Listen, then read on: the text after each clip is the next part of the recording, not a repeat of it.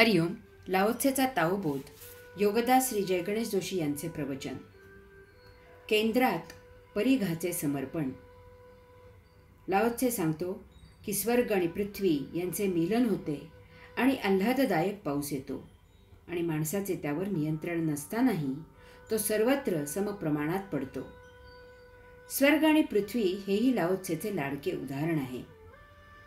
लाओत्सेने येथे स्वर्गाच्या विरुद्ध असलेल्या नरकाचा उल्लेख केलेला नाही, कारण येथे स्वर्ग याचा अर्थ स्वर्गलोक, मर्त्यलोक, नरकलोक असा नसून स्वर्ग याचा अर्थ येथे मुक्ती असा आहे. पृथ्वीवरून स्वर्ग किंवा नरक यात न जाता योग प्राप्त करून मुक्ती मिळवायची आहे. लाओत्से सांगतो की ताओला अपेक्षित असे आचरण करावे. त्या योगे देह म्हणजे पृथ्वी आणि अंतरात्मा म्हणजे स्वर्ग यांचा योग जुळून येतो. आपण आत्मसन्मुख होतो, आपण आत्मयोगी होतो. देहरूपी क्षितिज, परिघ आणि अंतःकरणातील अंतरात्मा यांचे मिलन होते. आपण मुक्तीचे यात्रेकरू होतो. आपल्याला ताओने जे काही आयुष्य दिले आहे ते जसेच्या तसे स्वीकारावे. त्याने दिलेले आयुष्य नाकारणे, यात स्वेच्छेने बदल करणे याचा अर्थ तो ताओच्या इच्छेचा अपमान आहे. याचा अर्थ आपले गतसंचित संपवण्यात बाधा आणण्यासारखे आहे. याचा अर्थ अंतरात्म्याच्या मुक्तिमार्गात अडथळा आणण्यासारखे आहे. याचा अर्थ नियतीच्या विरुद्ध आचरण करणे आहे. याचा अर्थ आपल्याला ताओची सत्ता मान्य नसून आपण आपली स्वतंत्र सत्ता येथे स्थापन करण्यासारखे आहे. माणसाला यामुळेच रोगराई होते, कारण ताओ विरुद्ध आचरण करण्यासाठी जे काही करावे लागते त्याला योग्य असा हा देह आपल्याला मिळालेला नाही. हा देह केवळ आत्माचरणासाठीच योग्य असा घडवलेला आहे. त्याविरुद्ध आचरण म्हणजे देहावर सक्ती आहे. त्याच्या उपयुक्ततेपेक्षा निराळे आचरण करणे आहे. असे केल्याने देहाला पीडा होते. तो ते सहन करू शकत नाही. त्याला आजार होतो, रोग होतो.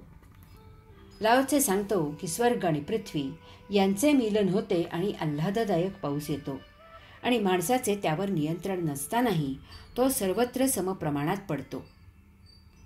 माणसाच्या नियंत्रणाखाली तो त्याला जे पाहिजे तेच उपभोग घेतो. तो स्वतःच्या तंत्राने योग ऊर्जा वापरतो. त्यामुळे काही ठराविक संचित संपुष्टात येते. माणूस उरलेली योग ऊर्जा प्राप्त नसलेल्या उपभोगांना वापरतो. त्यामुळे नवीन भोग निर्माण होतात. माणूस कधीही मुक्त होत नाही. परंतु ताओची सत्ता स्वीकारली की त्याच्या नियंत्रणाखाली सारे जीवन कैवल्यानंदी होते. संचित असलेल्या आपल्या प्रत्येक भोगांना समप्रमाणात म्हणजे जशी पाहिजे तशी योग्य अशी योग ऊर्जा मिळते आणि आपले संपूर्ण गतसंचित संपुष्टात येते. आपण भोगमुक्त होतो. आपण शुद्ध आणि पवित्र होतो. आपली पृथ्वीवरून स्वर्गाकडे, ताओकडे आत्मयात्रा सुरू होते. मौन स्वसंवाद. शेवटी लाओत्से सांगतो की मानवाने नागरी व्यवस्था सुरू केल्यामुळे नावे दिली गेली. त्याच वेळी त्याने त्यांची मर्यादा ओळखायला हवी होती. ज्याला कोठे थांबायचे ते समजते तो धोक्यापासून बचावतो. ज्या नद्या समुद्राला मिळतात त्यांच्याशी ताओची तुलना होऊ शकते. आपण ताओची सत्ता ओळखावी. स्वधर्माने स्वकर्मासाठी अत्यावश्यक इतक्याच हालचाली कराव्यात. बाकी ताओचे पायी त्याची सेवा करत प्रशांत बसून असावे. आपल्या कर्तव्यासाठी जितके अत्यावश्यक आहे तितकेच बोलावे आणि व्यक्त व्हावे. बाकी ताओचरणी मौन होऊन लीन व्हावे. आपल्याला ताओने दिलेले आहे, त्यामधून शक्य असेल तेवढेच उपभोगावे. त्यायोगे फक्त गतसंचित संपवावे. केवळ साधने उपलब्ध आहेत, संधी आहे म्हणून ताओच्या चाकोरी बाहेर जाऊन उपभोग घेऊ नयेत. त्याऐवजी स्थिर होऊन ताओजवळ विनम्रपणे उपआसन घालावे. हे असे का करावे?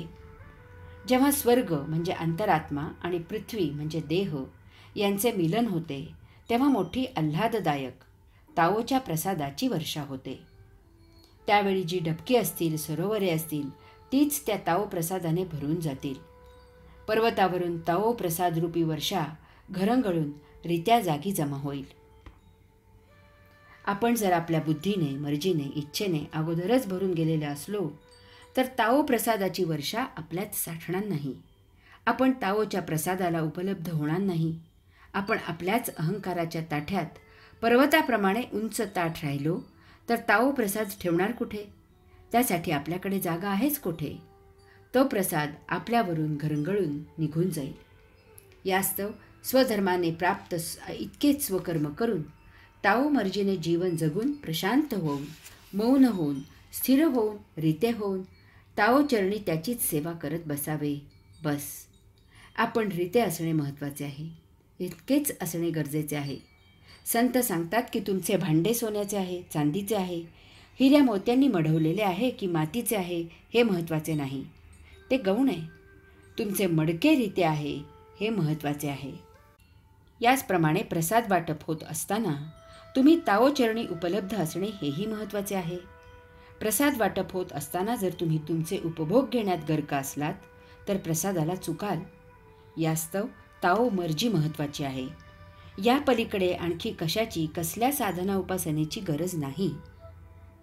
याद्वारे आपल्या आयुष्यातील अवास्तव लालसा वासना क्षीण होतात. आपले वर्तन ताओला अपेक्षित असे आत्मब्रह्माचरण होते. आपण मुक्तीचे यात्रेकरू होतो. परिघाकडून केंद्राकडे यात्रा सुरू राहते. जीवनातून क्षितिज लोप पावते. आपण केंद्रस्थानी मुक्कामाला पोहोचतो. भौतिक वस्तू जगताचे मृगजळ नष्ट होते. ताओ मिलनात सर्व भौतिक वासना लोप होतात. पृथ्वीवरून स्वर्गाकडे मुक्तीसाठी प्रयाण होते. आपण निर्वाणाचे यात्रेकरू होतो. हरि ओम.